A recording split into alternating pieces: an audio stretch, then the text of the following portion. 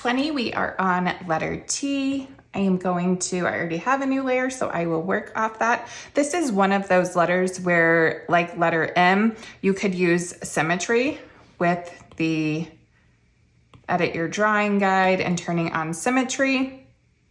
However, as I mentioned in that video, I prefer not to use drawing assist and just draw half of my letter and then flip it and do it that way. So I will turn my drawing guide back on so I can use the grids. And if you forget from past weeks, I am just on 2D grid and you can adjust your grid size. I happen to be around 105 pixels for mine, but anywhere around there will work.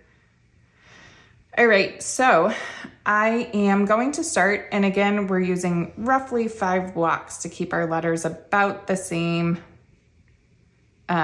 size.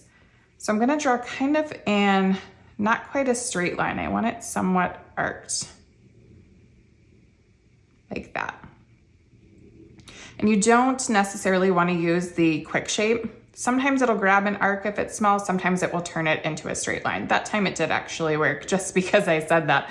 But a lot of times if it's a really subtle curve, it'll end up, no, now it's working. It'll turn it into a straight line. So you can use the arc shape. Oh, see? Okay, so, well, there we go. We can use, that one's a little too arced even.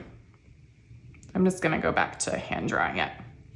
All right, so it's not quite an arc, but also not quite straight. So just a slight curve, and that's gonna be 1/2. So we're just gonna draw half of our letter T. So up top then, I will start in the middle and draw a curly Q, somewhat like that. And then from the top of the line we draw here, I'm actually gonna come down just a little and kind of draw another curly Q that way. And then for this one, I want it to come back around to the middle, somewhat like that. And then I can fix that more like that. And then again, curve around this way. And this is a pretty ornate letter T. And we can use this first drawing as our sketch, as we've done with a lot of the, gosh, I can't talk, and I even had 2 coffees, a lot of the past videos in this series.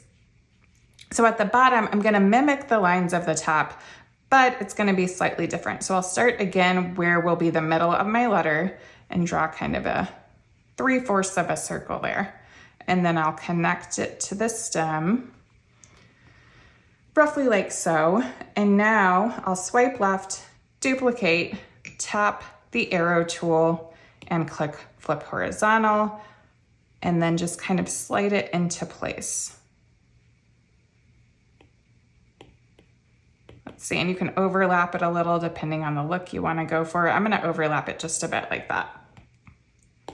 And now I'm going to merge it down, and I am going to click my arrow tool, click freeform, and kind of play with dimensions and see if I maybe want it to be a bit thinner. I think I do. All right, so I'm gonna do that just to get more of the look I'm going for.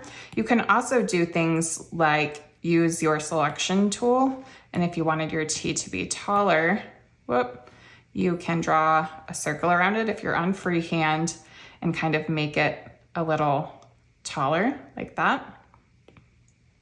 So if I wanted just a little more space, or if I wanted this to be smaller, I could shrink it up a bit. So a lot of times I'll do that in my sketching phase to kind of perfect the letter. Try to keep it about the same. And then I can kind of reconnect those lines as such, and I'm pretty happy with that. I might end up bringing these out just a wee bit more in my final sketch, so I'm gonna put that in, and that's pretty good. So I'm going to now tap my letter N, reduce the opacity, and create a more final version. Again, I am just gonna draw half the letter, flip it.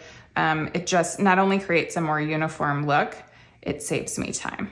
So now I'm just gonna go around and be a little more precise about tracing my final letter.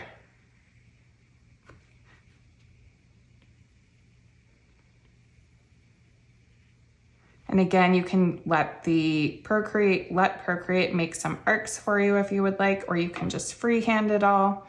So now I've got half my letter T done. I'll swipe left, duplicate, tap my arrow tool, click flip horizontal, and once again, slide it into place. Now I will tap that layer and click merge down and then just fill my letter. I can delete that out, and I'm not super happy with how the top here came out now that it's filled in. What I would like it to look more like is a little more subtle, like this.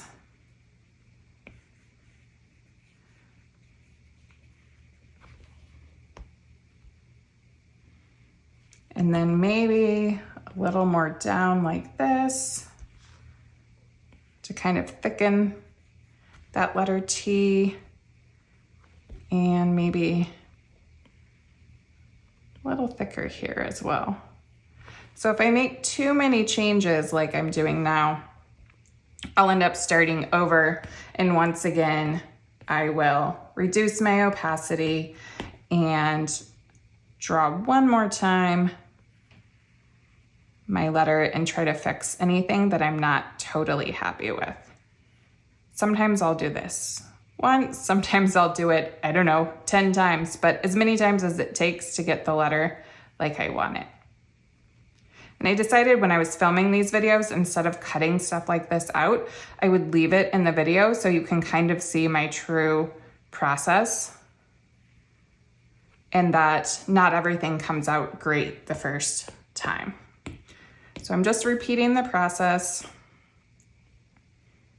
over and over again until I'm super happy with my letter.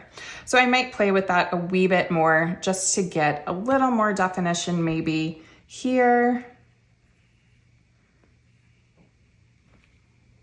And on the other side, and then I'll redraw it yet another time. I don't want to bore you with watching that though, so I'll keep working off camera, and then of course I'll take my letter, and I forgot to do this last week. I realized I'll take my final letter when I get to that point, copy it, and paste it over into our template. A lot of times with the more intricate letters, you take far more passes and revisions than you would for something simpler, like say even our letter O, a letter T with all these curly cues and designs. We still want to make sure it looks like a letter T. So I'll go through a lot more revisions to get it to a place where I'm truly happy with it. So that is it for this week. I will see you next week for letter U.